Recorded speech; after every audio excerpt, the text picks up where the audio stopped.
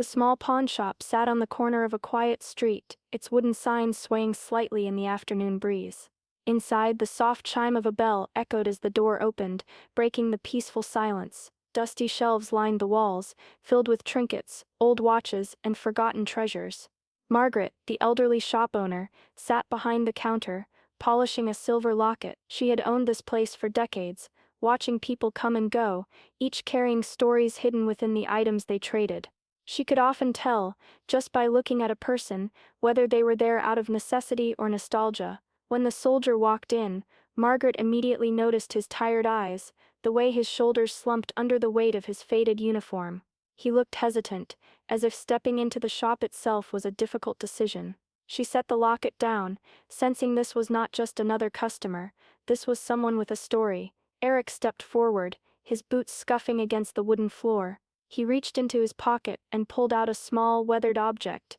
With careful hands, he placed it on the counter, a tarnished military medal, its once bright surface dulled by time.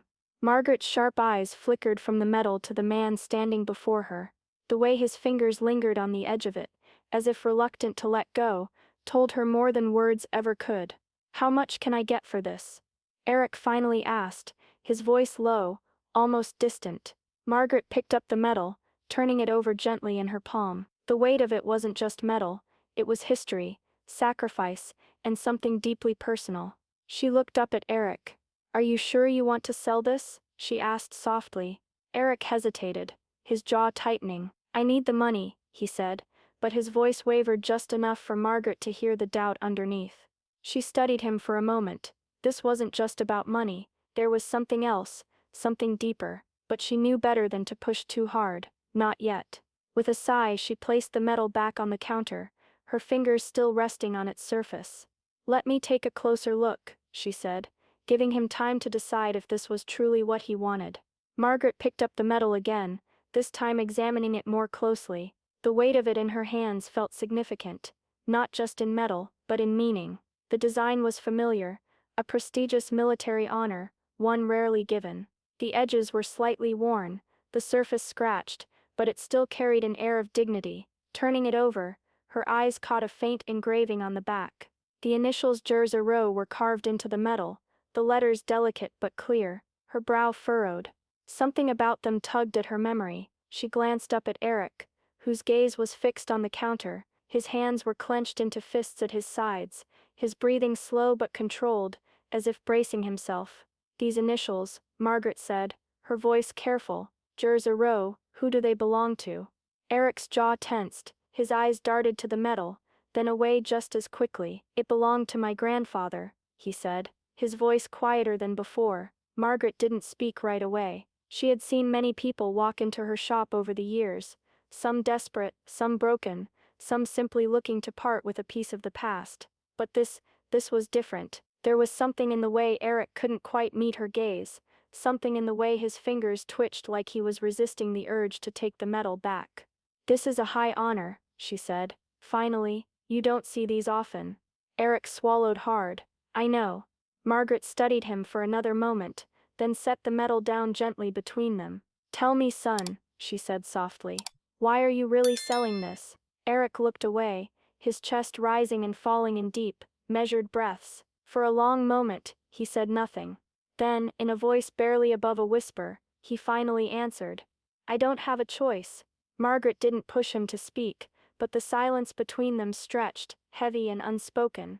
Eric's fingers curled into a fist on the counter, his knuckles turning white. Then, with a quiet exhale, as if releasing a weight too heavy to bear, he began to speak. "I served for 8 years, he said, his voice steady but distant, "deployed 3 times.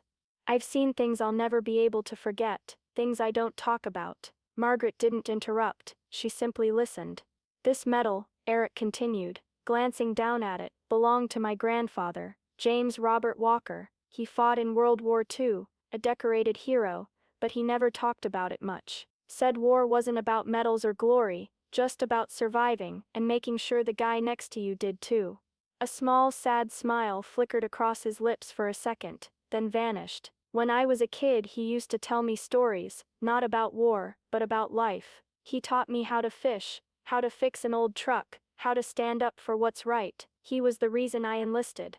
Eric swallowed hard. I wanted to make him proud. Margaret could see the pain in his eyes, the burden of memories he carried. She nodded slightly, urging him to go on. He passed away a few years ago, Eric said, his voice lower now. I promised I'd keep this medal forever, but life doesn't always care about promises. He hesitated before continuing, shame creeping into his expression. I lost my job a few months back. Bills started piling up. I did everything I could, odd jobs, whatever I could find, but it's not enough. Rent's due in a week, and I don't even have enough to buy groceries. He let out a bitter chuckle. So here I am, selling the only thing I have left of him. Margaret's heart ached. She had heard many stories of hardship in this shop, but this one felt different. This was a man willing to part with his own history, his own family, just to survive. Her fingers brushed against the metal, as if it too carried the weight of his struggle. She looked up at him, her eyes filled with something deeper than sympathy. Eric, she said softly.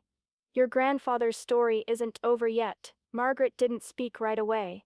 Instead, she reached out, her fingers lightly touching the edge of the metal as if weighing its history in her hands. Then, without a word, she pushed herself up from the stool behind the counter and turned toward the back room.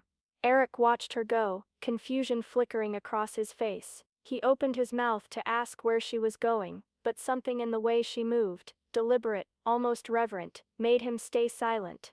A few moments later, Margaret returned, holding a small time-worn box. She placed it gently on the counter and lifted the lid. Inside was an old black and white photograph, its edges curled and faded with age. She picked it up with careful hands and turned it toward Eric. It was a picture of a young woman, Margaret, decades younger, standing beside a man in uniform. The resemblance to Eric was unmistakable. His breath caught in his throat. That's your grandfather, Margaret finished, her voice barely above a whisper. Eric's eyes widened. He took the photo, his hands slightly trembling. How do you know him? Margaret let out a slow breath, as if she had been carrying this story for a long time, waiting for the right moment to tell it. Your grandfather saved my life, she said.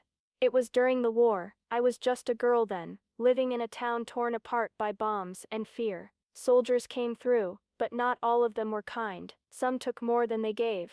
Her voice wavered for a second before she steadied it. One night, there was trouble. I was alone, scared. And then, he was there.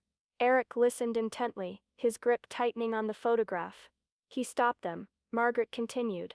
He didn't hesitate. He protected me, made sure I was safe. He stayed until the danger passed. Then he left, like he was just doing what any decent man would do, but I never forgot him. And now, after all these years, here you are. Eric's throat felt tight. He looked down at the metal, the very thing he had been so willing to part with, and suddenly it felt heavier than ever. Margaret reached across the counter and gently closed his fingers around it. This isn't something that can be sold, she said firmly. This is a part of who you are, and I won't take it from you. Eric swallowed hard, emotion rising in his chest. But, Margaret shook her head. You need to remember who you are, and your grandfather. He would want you to keep this. Margaret's voice softened as she continued. Your grandfather didn't just protect me that night. He gave me hope when I had none left. After the war, I promised myself I would live a life worthy of the second chance he gave me. I opened this shop, built something from nothing, and now, after all these years, I get to repay him. Through you. Eric's breath hitched, his fingers gripping the metal, as if holding on to something far greater than just metal and ribbon. The weight of his grandfather's legacy, of this unexpected connection, pressed down on him. His chest tightened. For the first time since stepping into the shop, he let go. Tears filled his eyes, spilling over as a quiet sob shook his shoulders. He turned away, trying to compose himself, but Margaret reached out, resting a gentle hand on his arm. There was no judgment in her touch, only understanding. I can't take this, Eric finally choked out. I came here because I didn't have a choice. He looked at her, eyes glistening. I still don't. Margaret said nothing at first. Instead, she reached beneath the counter and pulled out a small envelope, placing it in front of him. What is this? He asked, wiping his face with the sleeve of his uniform. Enough to get you through the next month, Margaret said simply. And before you refuse, understand this. Your grandfather gave me my life. This isn't charity, Eric. This is me paying a debt I've carried for decades. Eric shook his head, trying to push it back toward her. I can't accept this. Margaret's eyes softened. Then don't accept it for yourself. Accept it for him. Because if he were standing here right now, he'd be telling you to take it. Eric stared at the envelope, then at the medal in his hand. The war his grandfather fought had ended long ago, but in some ways the battle had never stopped. And now, through an act of kindness from a stranger who wasn't a stranger at all, he finally felt like he could breathe. With a deep, shuddering breath, he nodded. Thank you. Margaret smiled. He'd be proud of you. Eric. Eric stood there for a moment, still holding the envelope, his hands shaking with emotion. His chest felt tight, as though a weight had been lifted, but replaced by something new, something fragile yet strong.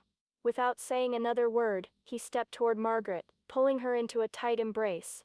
The unexpected warmth of the gesture caught her off guard, and for a brief moment they stood there, two souls connected by history, by sacrifice, by simple acts of kindness. Your family, Eric whispered, his voice thick with gratitude. Margaret's eyes welled with tears, but she didn't let them fall. Instead, she held him tightly, her heart swelling with something she hadn't felt in years. The kind of warmth that comes when you know you've made a difference in someone's life. When they finally pulled apart, Eric took a deep breath, his shoulders a little less burdened. He turned toward the door, the medal still clenched in his hand. As he stepped outside, Margaret watched him go, a soft smile on her face. He'd be proud of you. She whispered to no one in particular, the words carrying the weight of both her memories and her hopes for his future. The door closed behind him, and the shop fell silent again, the calm of the afternoon settling back into place. But Margaret knew that the encounter would stay with them both, lingering in their hearts long after the last customer had come and gone. Thank you for watching this emotional journey of Eric and Margaret. Sometimes a simple act of kindness can change a person's life forever, and in this story we see how the bond between a soldier and a stranger becomes a life-changing moment for both. If this story touched your heart, please don't forget to like the video, comment below with your thoughts, and share this story with someone who might need a little hope today. And if you haven't already, hit that subscribe button so you never miss a new story. Together we can keep spreading these messages of kindness, courage, and human connection. Thank you for being part of this community. Your support means the world to us. See you in the next story.